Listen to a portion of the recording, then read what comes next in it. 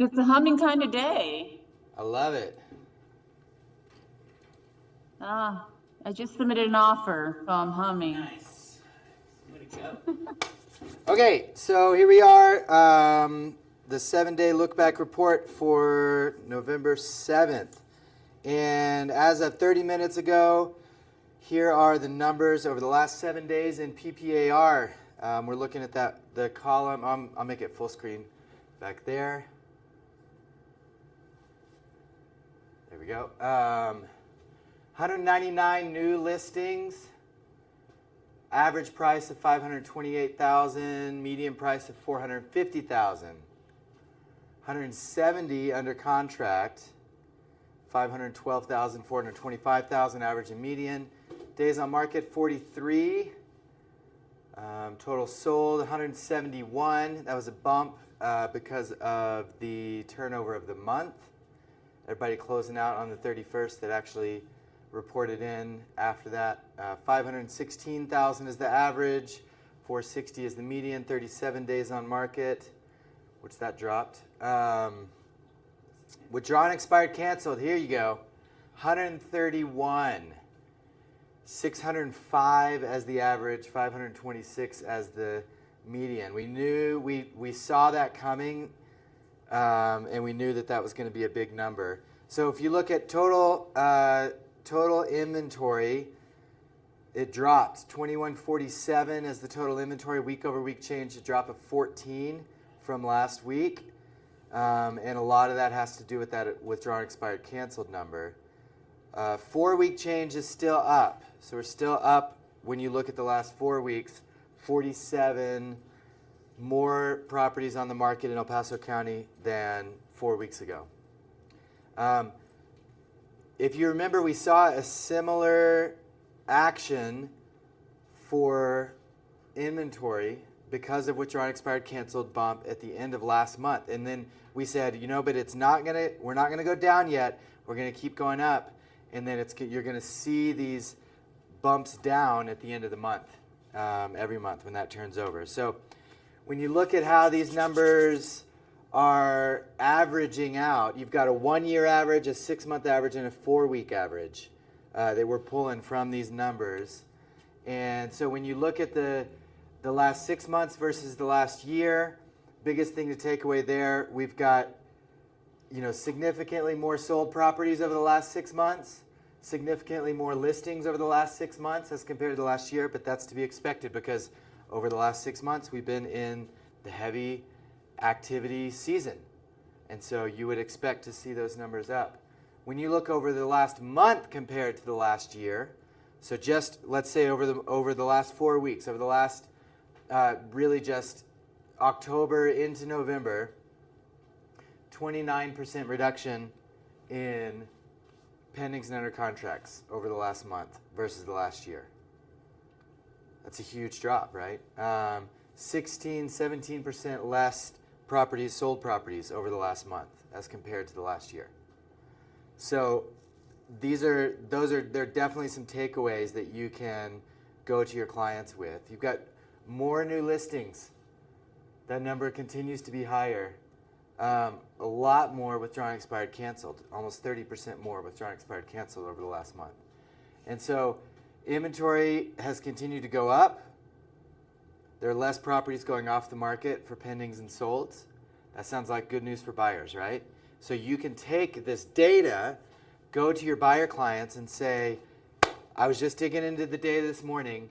We see some good news in it, in that there's more properties on the market and there's less activity, which means that you're going to have more negotiating power as a buyer. That's what that means. So when you look at the last month versus the last 6 months, similar trends. There's some that haven't turned over yet, but similar days on market. That's crazy over the last month compared to the last 6 months. So we're just looking at the hottest part of the year in activity, and you can see 61% higher days on market in the last month as compared to the last 6 months. That's crazy. But similar trends overall. You've got less pendings, less solds.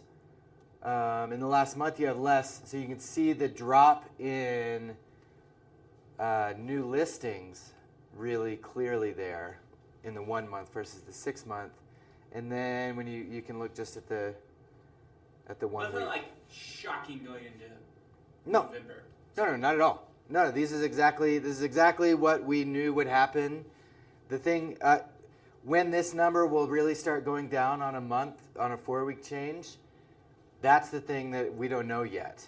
That this time last year, that number was already going down on a 4-week change. We were already like solidly downward trending in inventory.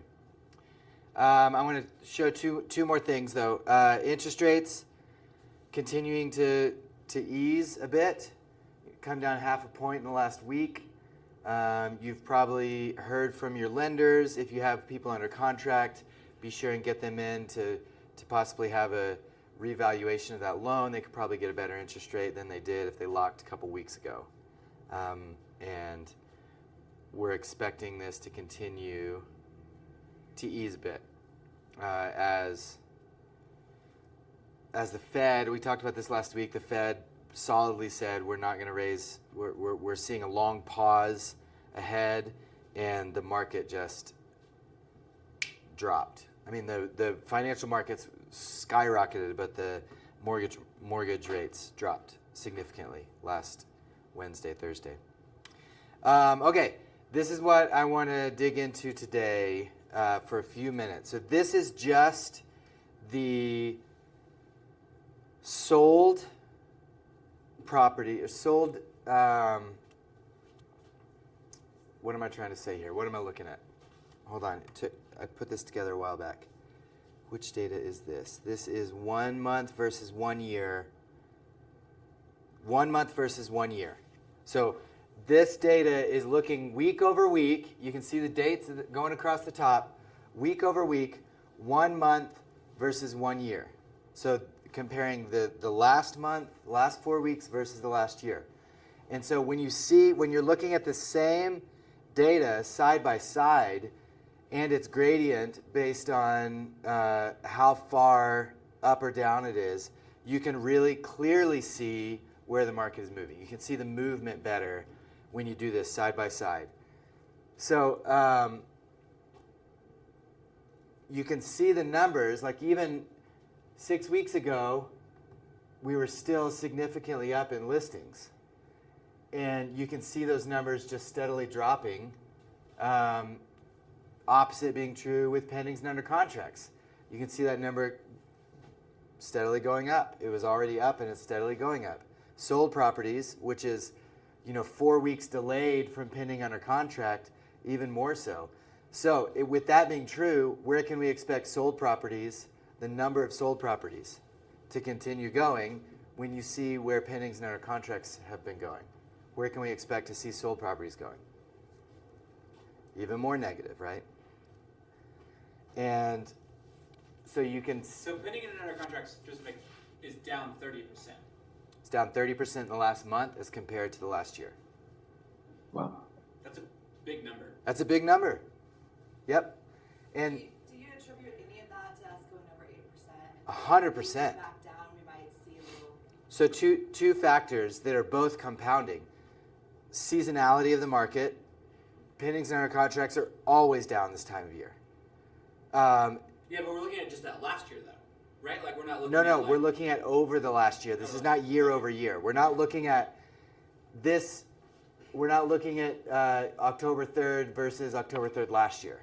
It's October 3rd versus the activity over the last year, of the average 4-week period over the last year. So it takes into account the stuff last year, but it also takes into account June, Okay. right?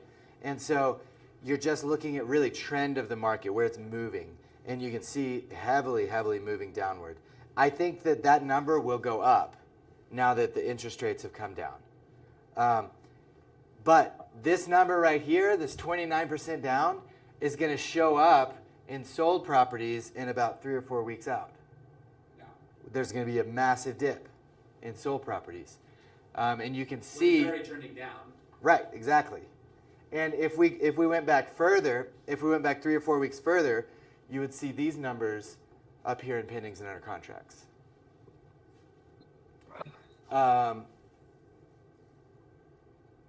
Yeah, obviously withdrawn, expired, canceled always come up this time of year, and we, just January like 1st is gonna be a last good- year, good I know, day. January 1st, last year we had 280 withdrawn, expired, canceled on January 1st. It'll be interesting to see where we're at this year, but we do, even 131 that we saw? 131. That's the biggest number that we've seen. 4 weeks ago, I think it was about 110. So that becomes a bigger thing as people say, you know what, we're going to just get through the holidays. We're going to take our house off the market. We're not going to worry about it right now. Yeah. So, how can you use this? We already gave one example. How can you use this data today in your lead generation activities?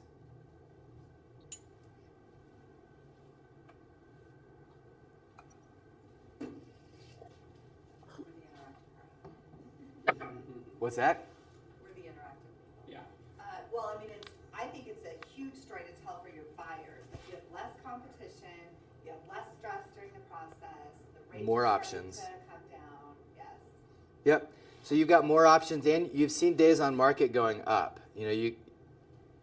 Days on market for pendings and under contract for sold. Look at this. Sold days on market is up 27% over the last 4 weeks. So as people sit on the market more, they are more than happy to negotiate some rate buy down, some seller concessions in favor of the buyer.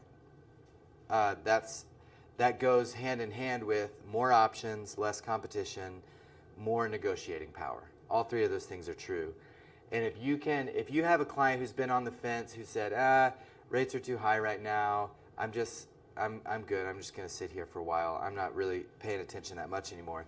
A disengaged buyer who maybe had some buyer fatigue from the summer that's just been hanging out, you can go to them right now and say, hey, looking at what we have, the setup of the market, there's some real opportunities here. Would you want to have, refresh your pre-qual with the lender and let's go look at some properties and just see what we can negotiate. You may be able to, my guess is if we're sitting at 7.5 right now, you could pretty easily get a 6% or maybe just under 6% with a good seller concession. For a median price home, you get $10,000 or $15,000. You could buy the rate down into the 5s. And there's plenty of people who would say, yeah, I will gladly do this if I can get a rate in the 5s right now. Yeah, I think on the listing side right now it's just finding the D's. It's like diapers, death, and divorce. Right? Like you're looking for those signs right now, more so than anything else. The life change. The life change of it sells. Right now. Yeah. I think there's also an opportunity for sellers who have said, I really have to sell sometime in the next year. Yeah. And my timing is flexible. I know that's not everybody. You could look at this data and say, I know what your house is worth right now. We don't know exactly what your house is going to be worth in the spring. It may be worth more, it may be worth less. And it has a lot to do. There's a lot of people gambling that it's going to be worth more in the spring. I know. There's a lot of people gambling. And there's also more indications this year than there were last year that may not be true. Yeah. Because of the financial realities that we're facing. The real headwinds, right? All the indicators, we've talked about these in team meetings, all the indicators of recession that are now really, really, really flashing of we've got a recession, we've got a recession, we've got a recession. And if that happens, there may be not, the spring may not wake up like it normally does. So it may be. The bigger bet's not on a recession, it's that interest rates will drop into the 6s based on political factors more so than actual economic factors. Yeah. I think that's what most people are betting on. The Dems will allow it to be at 8% in the spring. The Dems. You said it, I didn't say it. The controlling power at B. if you will. Yeah. And I mean, at the same time, though, you combine that with economic realities. I think there's some people that are going to have to sell. Yeah. There are more people that are going to have to sell because of economic realities than we've seen in a long time, I think. Yeah.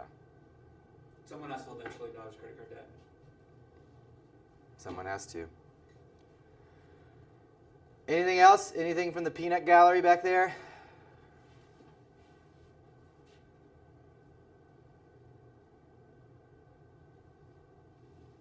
All right. So you guys know what to do. How about anybody want to share goals for the next couple hours? What you want to do with this data, or what your lead generation goals are for the next couple hours?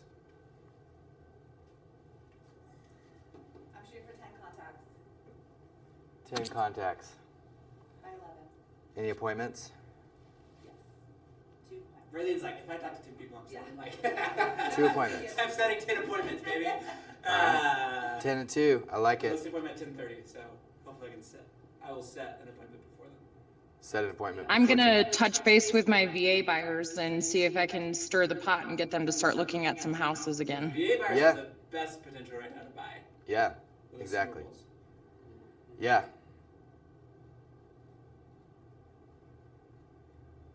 All right. We all get it? 1 o'clock. I will broadcast the MREA playbook class at 1 o'clock. We're going to be going over this right here, which was just published. Has all the. It's a collection of business models that people have been using over the last year for different things. We're going to dive into a few different lead generation business models at 1 o'clock. In between now and then, I would love to hear about your successes that happen in between now and 1 o'clock to start that class off. So go make it a great day. We will see you soon. Ooh, sorry. Just gonna run you right over. Run you right over.